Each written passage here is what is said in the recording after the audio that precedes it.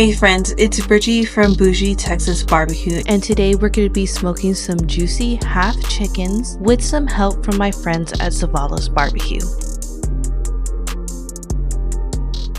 Okay friends, so the first thing we're going to want to do is preheat our smoker before we start on our chicken.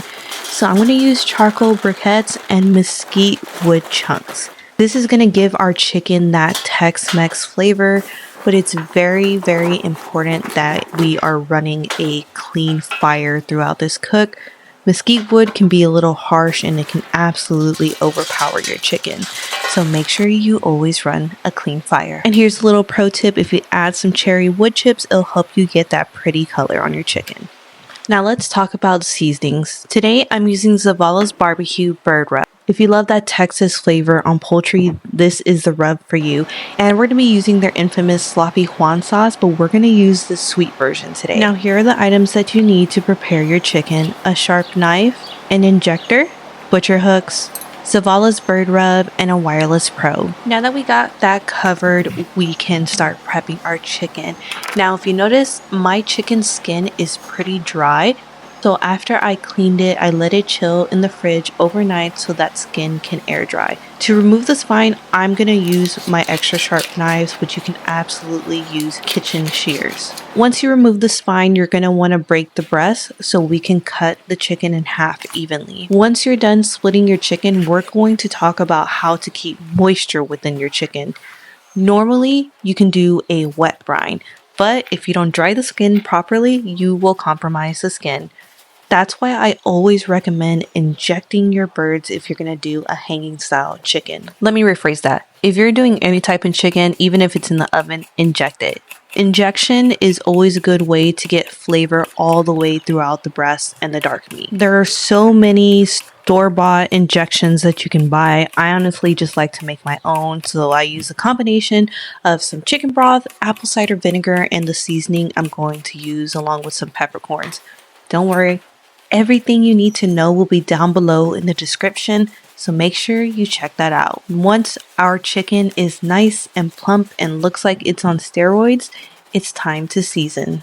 You are going to want to add a hefty amount of Zavala's bird rub. The front of the chicken, the back of the chicken, and those little under wing crevices. Cover your chicken up because there's a good chance when it's hanging, some of that seasoning is going to fall off. Next, we're going to add a probe to monitor the internal temperature in the deepest part of the chicken breast. Now, the very last thing we need to do before throwing our chicken onto the smoker is to add our butcher hook. You're going to want to place it in the thickest part of the chicken breast, but be careful not to hit your wireless probe if you're adding one. I like to put it in between the rib bones, that way it's like extra secured. And by now you should be running a clean fire, so it's time to throw our chickens onto the smoker. For an extra crispy skin, you're going to want to smoke 275 or above. We're going to let these chickens hang in their smoke bath for 1 hour before we proceed to the next step.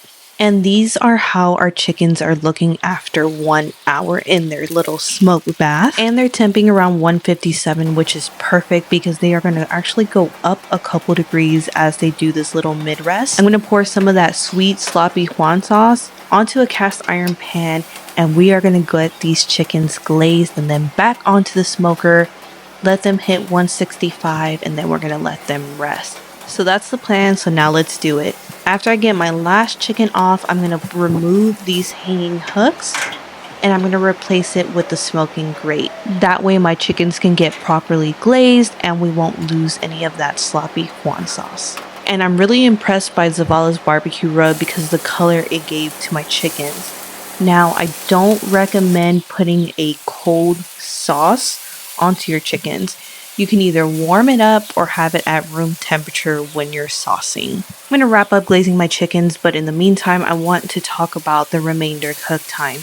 Because this sauce is sweet, you don't want to cook it too long. That's why I waited for my chickens to get up to 157 before glazing. So what will happen is that this sauce will over caramelize and then give you a weird bitter bark. We don't want that. So wait till your chickens are almost done. Glaze them with a warm or room temperature barbecue sauce. I recommend the sweet sloppy Juan sauce from Zavalas, and then cook until it reaches an internal temp of 165. So time-wise, it could be about 20 to 30 minutes until it's done. And then once you pull it off, we're gonna allow it to rest for about 15 to 20 minutes before slicing. And that pretty much wraps up the cooking tutorial. Now it's time for the best part. It's time to see the results, and we're just gonna go into the dark meat first because that's usually the juiciest. I haven't even sliced into it and it's already dripping, so that's always a good sign. And how you know your chicken wings are fully cooked is when you don't even have to cut into them, they just kind of glide off. But now let's get into the most exciting part, the white meat. We all know that's the best part, but it's also known for being the least flavorful part if you don't inject. Poultry white meat is also known for being so easily over-dried and overcooked, but that's not what's happening here. We got an extra juicy chicken breast and we got crispy skin. Nothing beats that. Now, I love smashing a half chicken, but some of my kids don't. So if you have picky eaters like me, here's a trick that'll help you make them eat. Pull apart your chicken, slap on some more of that sloppy Juan sauce, and make some pulled chicken. This is perfect for a pulled chicken sandwich. Don't forget to check out Zavala's barbecue rubs featured on Barbecue Distro. I'll have the details down below in the description. Till next time, guys, enjoy.